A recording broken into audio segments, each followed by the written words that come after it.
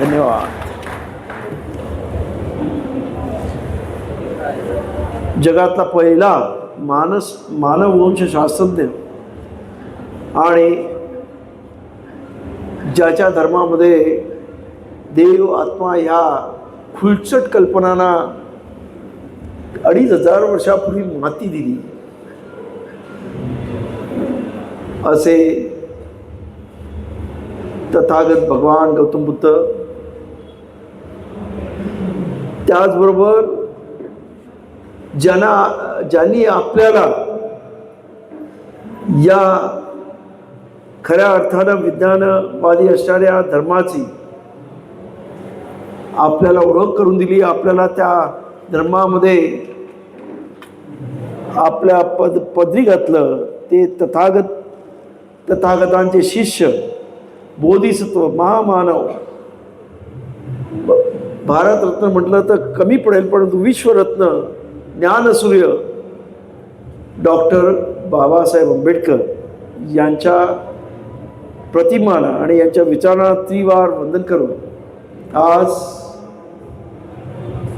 ज्यांची आपण जयंती साजरी करतो आहोत तो माझा बाप सूर्यपुत्र भैयासाहेब आंबेडकर याच्या 113व्या जयंतीनिमित्त आपल्या सर्वांना मी अभिवादन करतो.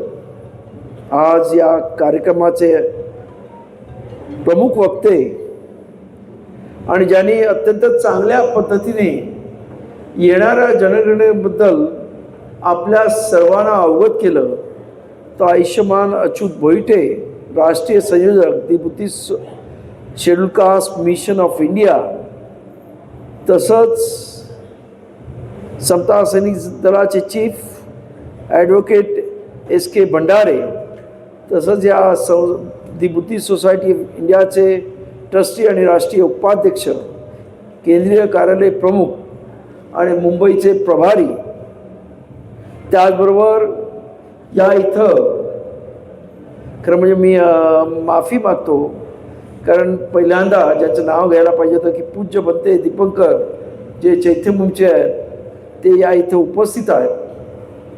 खरं मी मुद्दामून त्यांचं नाव मागितलेलं, कारण या इथं मला माझं ऑब्जेक्शन आहे. बाबासाहेबांनी सांगितलं होतं की बौद्ध धम्म लयाला जाण्यासाठी एक महत्त्वाचं कारण म्हणजे संघ होता, आणि आजसुद्धा संघ अशाच पद्धतीने वागायला लागलेला आहे. दुर्दैव आहे, आजसुद्धा बौद्धांना याचना करावी लागते. म्हणे आम्हाला याचना करा तर आम्ही तुम्हाला पंचशील आणि पंचशील देऊ किंवा इतर तुमच्यासाठी ज्या पद्धतीने आपण आशीर्वाद गाथा देऊ. हे खरं म्हणजे भंतेचं कार्य नव्हे. भंतेने कार्य तथागताने स्वतः कोणी त्यांना सांगितलं नाही की याचना करा, तथागताने कोणा सांगितलं नाही आणि मग मी तुम्हाला बौद्ध धर्म सांगतो असं कधीच सांगितलं नाही. त्यामुळे हे काही नवीन फॅड या बौद्ध धर्मामधल्या या भंतेंनी काढलेलं आहे, ते मला खरं म्हणजे मान्य नाही. भले भंतेना आवडणार नाही, परंतु जे सत्य आहे ते मानायला पाहिजे की तुम्ही बौद्ध धर्माचे पाईक आहात, तुम्ही बौद्ध धर्माचा प्रसार करणं हे तुमचं कर्तव्य आहे. आणि त्यामुळं अशा पद्धतीने उपासक आणि उपासकांना याचना करायला लावायचं, त्यांना कुठेतरी आपल्या याच्यावरती बसवायचं आणि त्यांना भीक मागितल्यासारखं करायचं, हे खरं म्हणजे बौद्ध धर्माला कलंक लावणार आहे. आणि या अशा पद्धतीने भंते गणांनी अशा पद्धतीने वागू नये, किंवा ते तथागताच्या बौद्ध धर्माच्या विरुद्ध आहे. कारण तथागतांनी सर्वांना समान लेखलेलं आहे आणि त्यामुळे आपण कोणीतरी उच्च आहोत, वरती आहोत असं समजण्याची जी काही चूक या इथं आता सत्ता असणारे जे भंतेगण करतात ते खरं म्हणजे अत्यंत दुर्दैवी आहे. आणि बाबासाहेबांनी जे सांगितलं होतं जेव्हा बौद्ध धर्म घेताना की मी बुद्धाला शरण जाईन, धम्माला शरण जाईन, पण संघाला शरण जाणार नाही. पण शेवटी बाबासाहेबांना त्या काळामध्ये असणारे आणि बाबासाहेबांना बौद्ध धर्माची दीक्षा देणारे पूज्य भदंत चंद्रमणीजी यांनी समजावलं की बाबासाहेब त्रिरत्नांना शरण जायला पाहिजे. आणि तेव्हा बाबासाहेब मान्य केलं, परंतु बाबासाहेब तेव्हा सुद्धा सांगितलं की हा बौद्ध धर्म लयाला जाण्याचं महत्त्वाचं कारण म्हणजे हे भंते गण आहेत. त्यामुळे भंतेनी आपल्या आचरणावर, आपल्या एकंदरीत वागण्यावरती खऱ्या अर्थाने विचार करण्याची गरज आहे. कारण आपल्याला माहीत असेल की या इथं आपण ज्यांची जयंती साजरी करतोय त्यांनी अत्यंत महत्त्वाचा निर्णय 1967 साली घेतला आणि त्यांनी बौद्धाचार्यांची निर्मिती केली. याचं कारणच असं की एक तर पूर्वीच्या काळामध्ये बौद्ध भिक्षू अत्यंत कमी होते.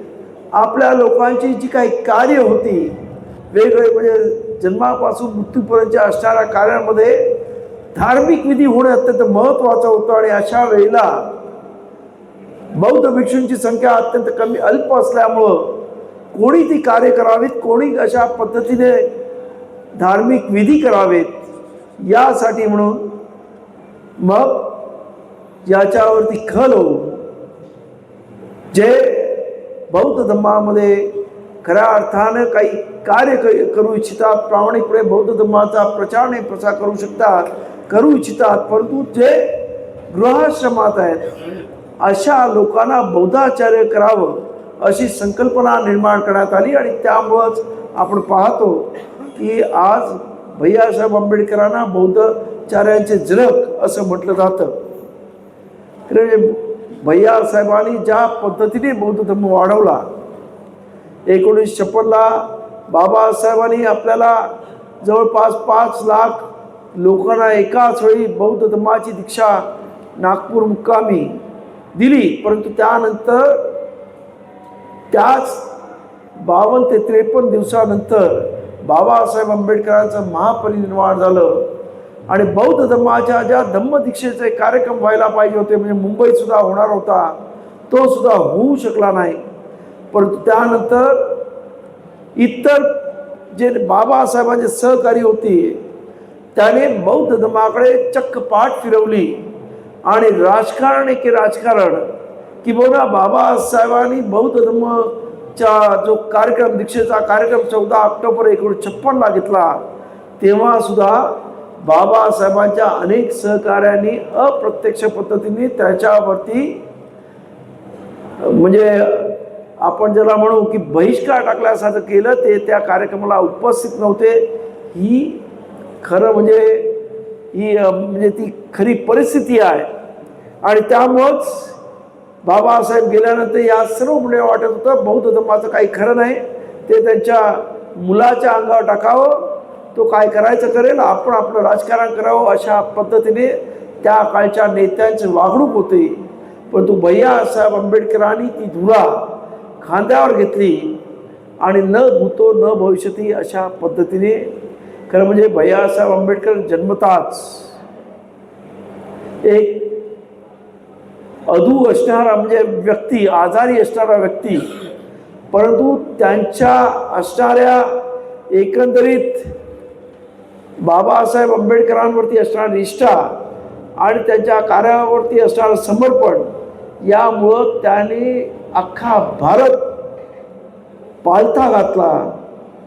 मला आठवतं त्यावेळेस Bhaiyasaheb Ambedkar white and white कपडे घालायचे, डगची त्या कोहिनूरच्या डगची ती व्हाईट पॅन्ट आणि व्हाईट शर्ट अशा पद्धतीने ते कपडे घालायचे, ते दौऱ्यावर जायचे.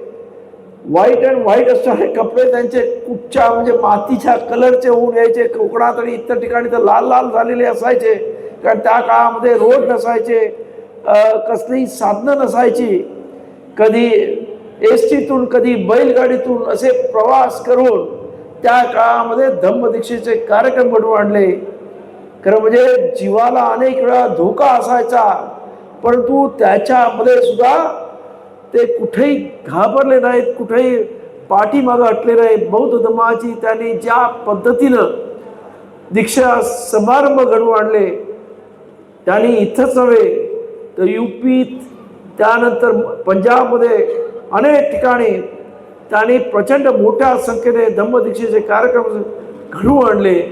आणि त्यामुळेच आपण पाहतो की आता जेव्हा बोईटेने सांगितलं की 61 सालीच या देशामध्ये 28 लाख हे बौद्ध धम्म घेतलेली मंडळी होती. अर्थात त्यानंतर अनेक पटीने ती वाढली.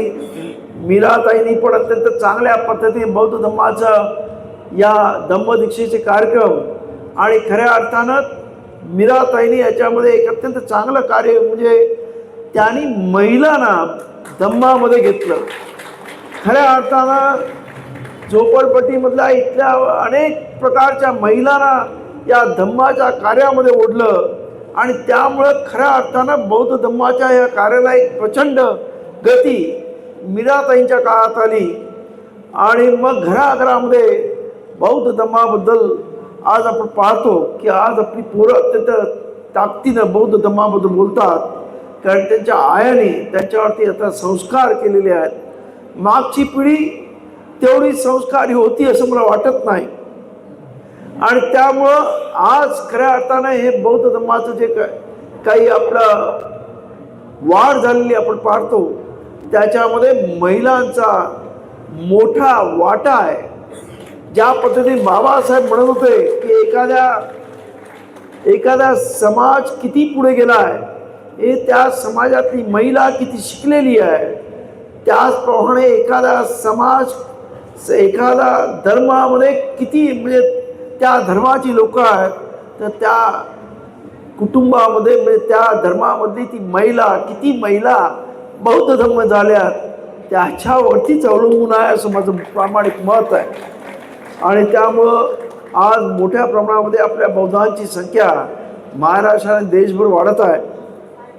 खरं म्हणजे आपण हा जो आजचा विषय आहे हा अत्यंत महत्त्वाचा आहे की बौद्ध धम्माचं या तुम्हाला माहीत आहे की सर्वजण एक सांगतात की मोरारजी भाईंनी भैयासाहेबांना विचारलं तुम्हाला बौद्ध धम्म बुद्धिस्ट व्हायला सांगितलं कोणी.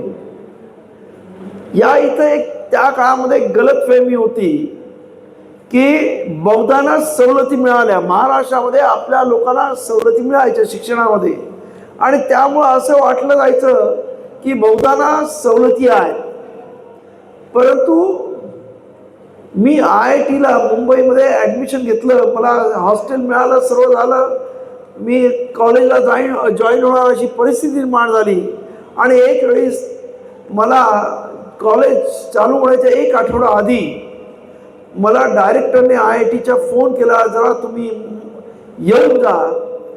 मी त्यांच्याकडे गेलो. भैयासाहेब त्यावेळेस फार आजारी होते आणि मी गेलो आणि त्यांनी मला सांगितलं तुम्हाला आम्ही AC मध्ये ॲडमिशन दिलेलं आहे, परंतु तुम्ही तुमच्या याच्यावरती स्कूल लिव्हिंगवर आणि सर्वांवरती बौद्ध लिहिलेलं आहे आणि त्यामुळं बौद्धांना केंद्र सरकारमध्ये कुठल्याही फॅसिलिटी मिळत नाहीत. त्यामुळं तुम्ही एक असं ॲफिडेविट आणा की तुम्ही हिंदू आहात तर तुमचं हे ॲडमिशन आम्हाला कंटिन्यू करता येईल. अर्थात मला त्यावेळेस या इथं KMमध्ये सुद्धा मेडिकलला ॲडमिशन मिळालं होतं, त्याचबरोबर VZAला इंजिनिअरिंगला ॲडमिशन मिळालं होतं आणि त्यामुळं मला तसं IIT म्हणजे एक प्रतिष्ठित आपल्या देशातली एक इंजिनिअरिंग इन्स्टिट्यूट आहे, तिच्यात मिळणं म्हणजे एक प्रतिष्ठेचं हे होतं. परंतु मी घरी येऊन भैयासाहेबांशी बोललो. त्यांना म्हटलं असं आहे, मला काही आता तिथे शिकायची गरज नाही, एक तर ते 5 वर्षाचा कोर्स आहे, मी VZAमध्ये होतं इंजिनिअरिंग करेन, 4 वर्षामध्ये माझं इंजिनिअरिंग कंप्लीट होईल. तर भैयासाहेब म्हणे तुला योग्य वाटेल ते कर आणि त्या पद्धतीने मी ते ॲडमिशन सोडून दिलं. पण त्यानंतर भैयासाहेबांनी तो विषय उचलून धरला आणि मग ते पत्रव्यवहार झाला आणि मग मोरारजी देसाईंना जेव्हा मोरारजी देसाईंनी त्यांना दिल्लीमध्ये बोलून घेतलं आणि मग सांगितलं की तुम्हाला बौद्ध व्हायला, तेव्हा भैयासाहेबांचं त्यामुळे डोकं चिडलं होतं, म्हणा तुझ्या बापाने माझ्या बापाने सांगितलं असा तो इश्यू आहे. तर त्यामुळं आणि त्यानंतर आपल्याला माहिती आहे की 1990ला VP सिंग आले आणि त्यांनी मंडल आयोग लागू केला, त्याचबरोबर बौद्धांना सुद्धा सवलती जाहीर केलं. परंतु आमच्यामध्येच असणारे आमचे कपाळ करंटे IAS अधिकारी एकही बौद्ध नाही, सर्व हिंदू महार आहेत. मी तुम्हाला लिहून देतो, त्याशिवाय ते IAS होऊ शकत नाही, कारण बौद्धांना सवलती केंद्रामध्ये नव्हत्या. हे हिंदू महार असल्यामुळंच ते IAS झाले. हे मी तुम्हाला लिहून देऊ शकतो. एकाचे की बरं तुमचा तो लीडर आता तो राम्या आहे, तो पण हिंदू महारच आहे, बौद्धांचा लीडर समजतो. त्याच्या माझ्याकडे सीताळ कॉलेजचं स्कूल लिव्हिंग आहे इंटर नापासचं. त्या इलेक्शनमध्ये पण नेहमी हिंदू महारच म्हणतो आणि हिंदू महारच का सर्टिफिकेट देतो. तेव्हा हे सर्व एक नंबरचे बदमाश लोक या इथे आंबेडकर चळवळीचं खऱ्या अर्थाने नेतृत्व करण्याचा प्रयत्न करतात आणि तुम्ही त्याला बळी जाता. हे अत्यंत दुर्दैव आहे. हे अधिकारी म्हणून मी म्हटलं की आज ज्या अच्युत मोहितेने सांगितलं हे अत्यंत खरं आहे की MM कांबळे नावाच्या माणसाने जेव्हा या इथं VP सिंगाने बौद्धांना जेव्हा सवलत देण्यास जाहीर केलं तेव्हा महाराष्ट्रामध्ये मुद्दाम खोडसाळपणा इथं असणाऱ्या त्यावेळच्या काँग्रेसी राज्यकर्त्याने मुद्दामून केला आणि त्यांनी हा 7 नंबरचा नवा कॉलम काढला जो 6 नंबरमध्ये रेग्युलर याच्यामध्ये शिखांना पंजाबमध्ये ज्या पद्धतीने शेड्यूल कास्ट शिखांना मिळतं त्या पद्धतीने महाराष्ट्रात व्हायला पाहिजे होतं, परंतु ते मुद्दाम करण्यात आलं. त्याच्यामध्ये सुद्धा शेड्यूल कास्टचाच अधिकारी MM कांबळे हा त्याच्यामध्ये होता ज्याने हा मुद्दाम करून घेतलं आणि त्या बदल्यात स्वतःला राष्ट्रवादीकडून आमदारकीची सीट घेतली आणि शेवटी त्याला त्याच राष्ट्रवादीने खड्ड्यात टाकलं म्हणजे पाडलं आमदारकीला. अशी परिस्थिती आहे. त्यामुळे हे सर्व अधिकारी हे स्वतःच्या आयुष्यासाठी जगतात. यांना कसली समाजाची पर्वा नाही आणि त्यामुळं आज सुद्धा हा प्रश्न निर्माण झालेला. आता मोहितेने जे सांगितले ते अत्यंत योग्य आहे की बंदीच्या काळामध्ये त्यांनी लढा दिला. अत्यंत चांगल्या पद्धतीने त्यांनी एक प्रकरण धसास लावलं आणि त्यामुळं आता या इथं तुम्ही जरी बौद्ध म्हटला तरी पूर्वाश्रमीचे तुमचे जर SC मध्ये असाल, कारण आज बौद्ध अनेक लोक होत आहेत. ओपन तर प्रचंड मोठ्या संख्येने जो बाबासाहेब आंबेडकरांना वाचतो, जो बाबासाहेबांचा अभ्यास करतो तो माणूस आज बौद्ध होत चाललेला आहे आणि त्यामुळं अनेक बौद्ध वेगवेगळ्या धर्मातून म्हणजे उच्चवर्णीय सुद्धा बौद्ध होत आहेत. त्यामुळं तुम्ही मागासवर्गातून बौद्ध झालेला आहेत. यासाठी आज त्या पद्धतीनं जनगणनेमध्ये आपली नोंद होणं अत्यंत गरजेचं आहे. कारण बऱ्याच वेळा असं वाटतं की आपण सांगितलं की आपण बौद्ध नाही होणार, असं काही नाही. आता तुम्ही बौद्ध सांगा, तुमचा धर्म बौद्ध सांगा आणि तुम्ही जात SC सांगा, म्हणजे जी असेल ती सांगा.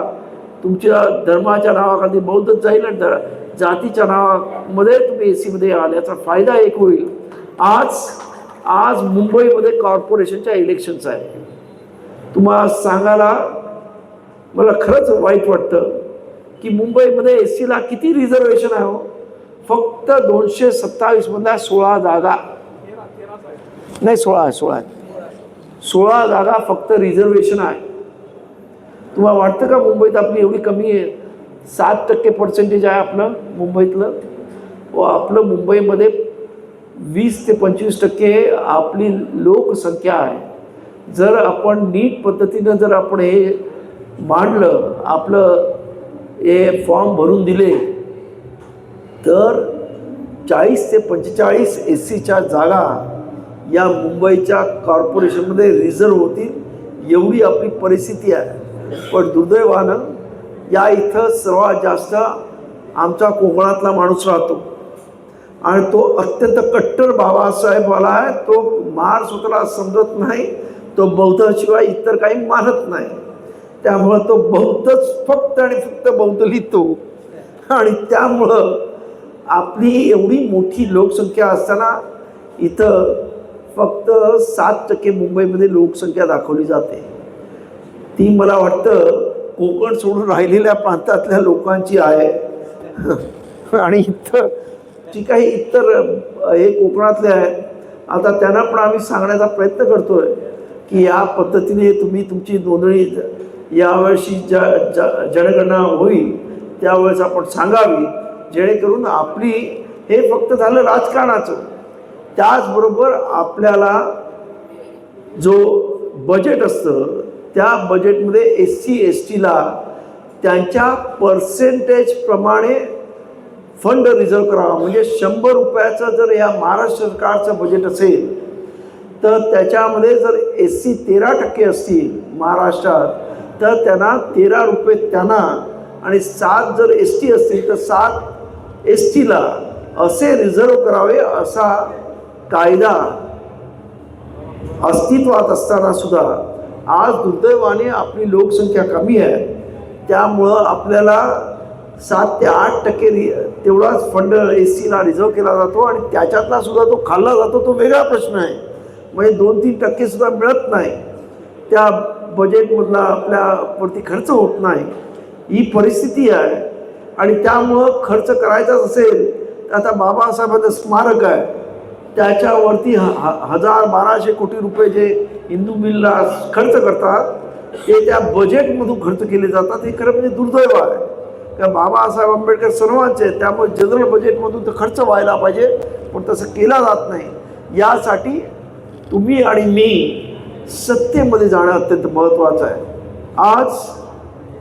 आज मी मुद्दामून आपल्याला थोडासा एक वेगळा विषय सांगतो की आज आपली मंडळी बौद्ध समाजातले किती लोक खऱ्या अर्थाने सत्तेमध्ये आहेत, तर आपल्याला नॉमिनल भेटतील. एस सीमधल्या रिझर्व संख्येमध्ये काही जणांनी आता मध्यंतरी क हा विषय आणलेला आहे.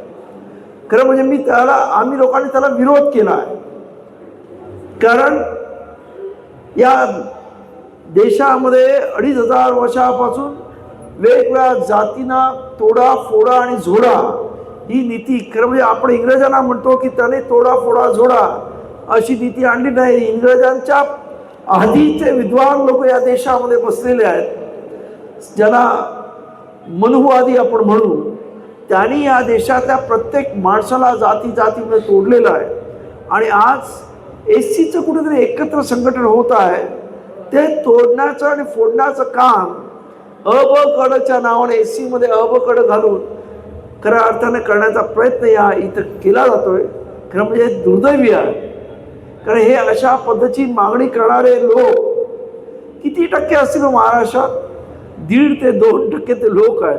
उद्या जर कड झालं तर त्यांना रिझर्वेशनमध्ये 2% मिळाले.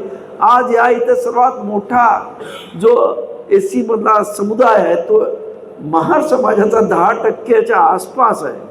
हे 2% आणि 1.5% जर मंडळी त्यांचं घेतलं आणि 10% जर मिळालं तर केवढं तरी मोठं रिझर्वेशन मिळेल. पण आम्हाला ते नको आहे.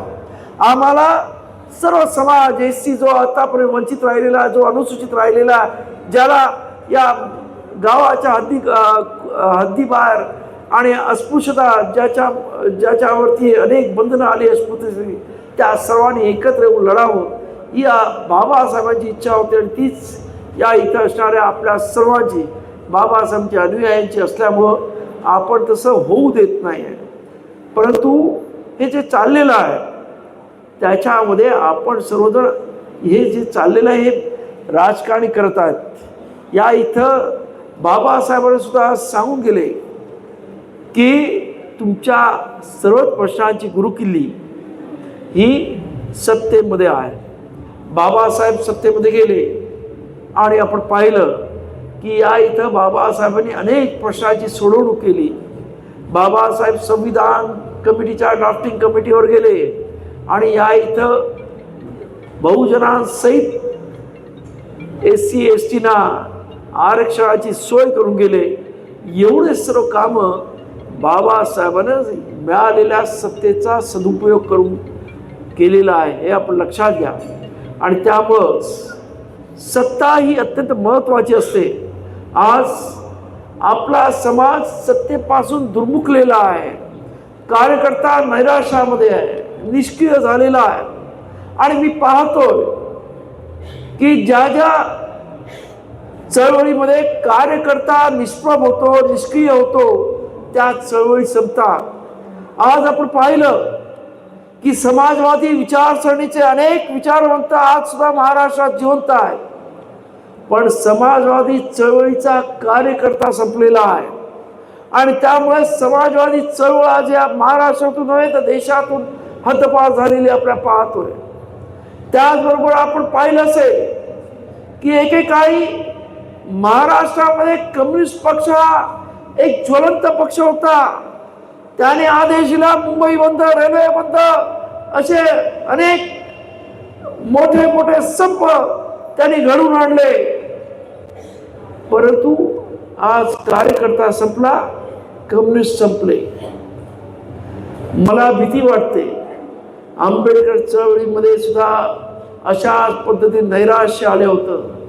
आणि उद्या जर राजकारणामध्ये हा आंबेडकरी कार्यकर्ता कुठे अस्तित्व दाखवणार नसेल आणि कुठेही तो दिसणार नसेल, तर तो घरामध्ये बसेल किंवा अजून कुठेतरी कोणाच्या तरी वळचणीत जाईल. आणि अनेक कार्यकर्ते मी पाहिलेले आहेत महाराष्ट्रामध्ये की आंबेडकर चळवळीच्या राजकारणामध्ये उद्ध्वस्त झालेले मी पाहिलेली आहे. कुटुंबाचे कुटुंब देशोधडीला लागलेली मी या राजकारणामध्ये पाहिलेली आहे. आणि म्हणून सत्तेशिवाय शहाणपण नसतं असं म्हणतात. आणि त्यामुळं सत्तेचा एक कुठचा तरी मार्ग आपण कोणाला ते सोबत घेऊन गेल्याशिवाय शक्य नाही.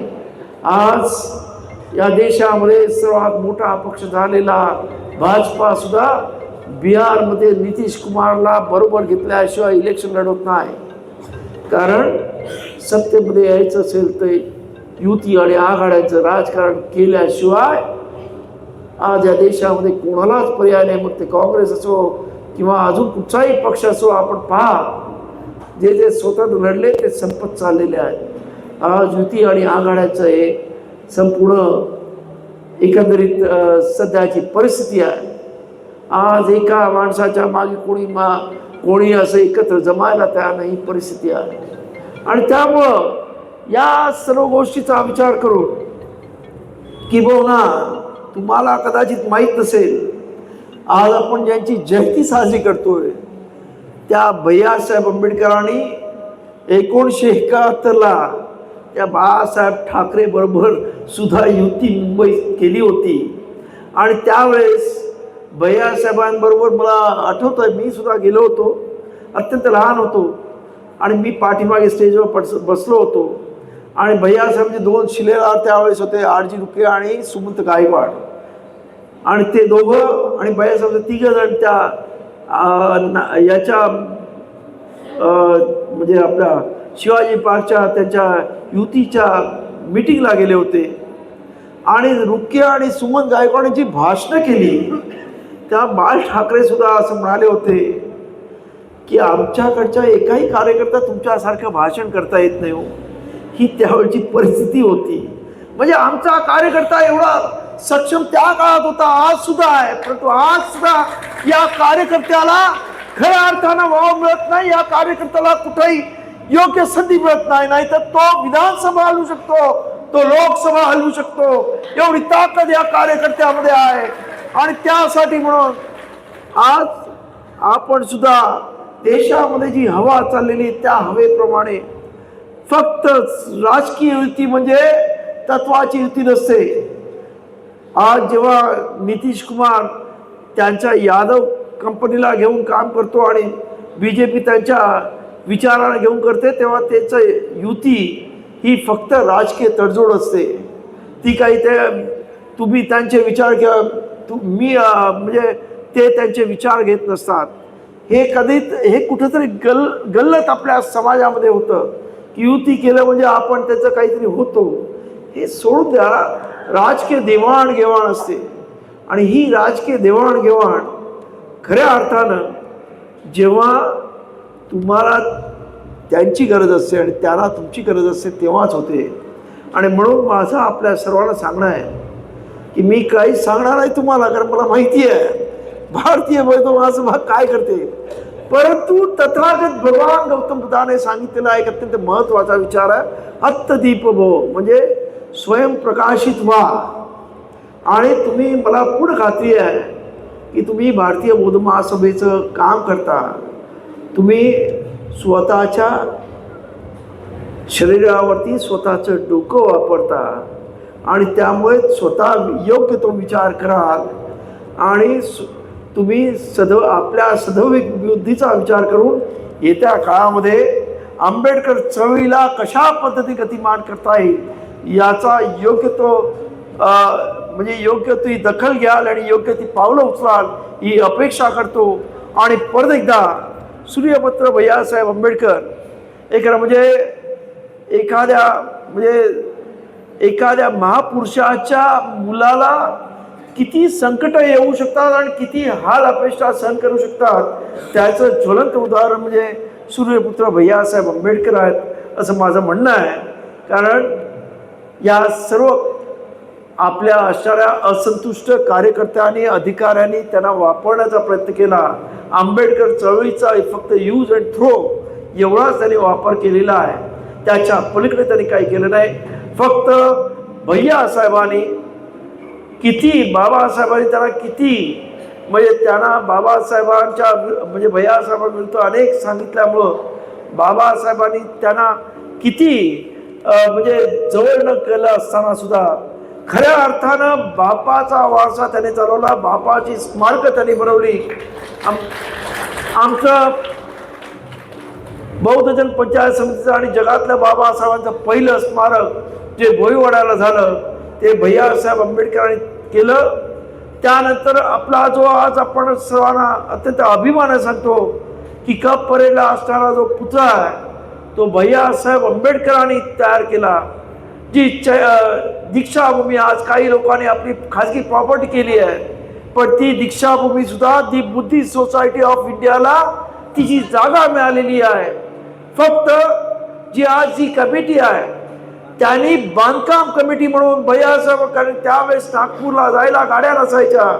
भैयासाहेब तुम्हाला जमणार नाही तुम्ही आम्हाला बांधकामासाठी अधिकार द्या असं करून भैयासाहेब म्हणून ते अधिकार घेतले आणि नंतर स्वतः तिथे ट्रस्टी वगैरे झाले. राजकारणामध्ये वेगळ्या पद्धतीने त्यांनी राजकारणामध्ये सत्ता हासिल केल्या आणि त्याच्यातून दीक्षाभूमीचा ताबा घेतला. नाहीतर ती दीक्षाभूमी सुद्धा भैयासाहेबांमुळे ती एवढी मोठी जागा मिळाली. आणि चैत्यभूमीचं तर तुम्हाला माहिती आहे की या इथं मुंबईमध्ये लोकांनी स्टेट बँकेमध्ये सकाळी सकाळी रांगा लावून हजारो रुपये त्या बँकांमध्ये भरले. परंतु आमच्या विद्वान काही त्या काळामध्ये असणारे विद्वान पुढारी त्या तिथे जे स्मशान आहे त्यामुळे तिथे वास येतो असं होतं. तिथे हे बाबासाहेब स्मारक करू नये म्हणून ते पैसे दिले नाहीत. शेवटी भैयासाहेब आंबेडकर चिडले आणि त्याने त्यांची स्वतःची जीप घेतली आणि काही कार्यकर्ते त्यांच्याबरोबर होते त्यांनी मोजके मिळून 65 मध्ये मऊ येथून भीमज्योत काढली आणि मध्य प्रदेश आणि महाराष्ट्र अख्खा पिंजून काढला. आणि त्या काळामध्ये एक एक दोन दोन पैसे लोकांनी दिले कारण आपला समाज त्या काळामध्ये अत्यंत गरीब होता. पण तरी सुद्धा त्या समाजानं भैयासाहेबांना प्रेम दिलं पैसे दिले. त्याच्यावरती आज ती चैत्यभूमी निर्माण झालेली आहे. आज जवळजवळ तिला 60 वर्ष झालेली आहेत आणि त्या काळामध्ये खऱ्या अर्थानं भैयासाहेबांनी बाबासाहेबांचं विचार आणि बाबासाहेबांची स्मारक टिकवण्याचं आणि बनवण्याचं काम केलं हे आपण सर्वांनी मान्य करायला पाहिजे.